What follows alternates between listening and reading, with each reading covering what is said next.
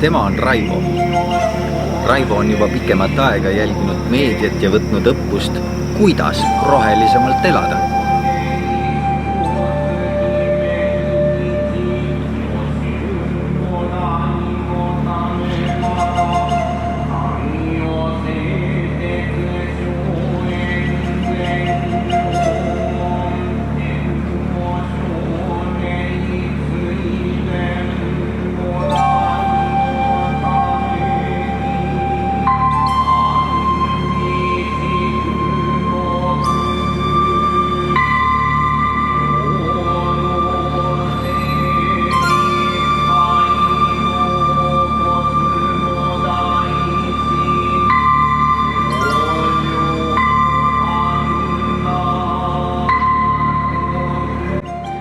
Kõik oma pirnid vahetasin ma ökoloogilisemate vastu.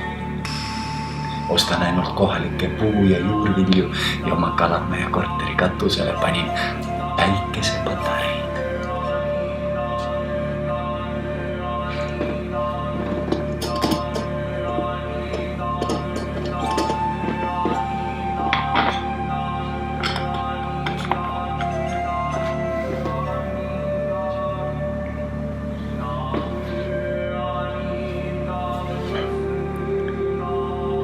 Kasutan taaskasutuskeskusest ostetud riideid.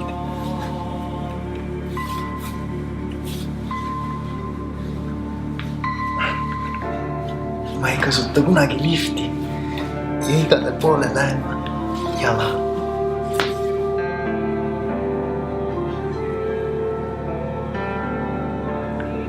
Ma ostan ökoäppe.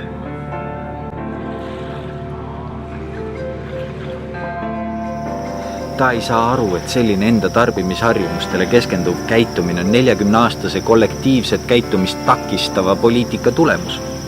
Erastamine, reeglite ümberkirjutamine ja vabakaubanduse lepingud on andnud korporatsioonidele vabaduse teenida meeletult suuri kasumeid ja kasutada maa atmosfääri prügimäena.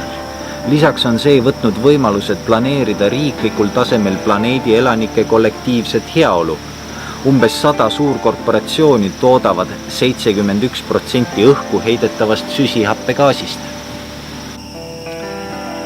Mina olen Kaia ja räägin teile selle ajastu kõige dramaatilisema loo. Tähelepanu, tegemist on teadusega. Enne vastuväitmist lugege tähelepanelikult kvaliteetset uurimistööd. Kaebuste püsimise korral või kõrvaltoimete tekkimisel pidage nõu pädevate teadlaste või asjatundjatega.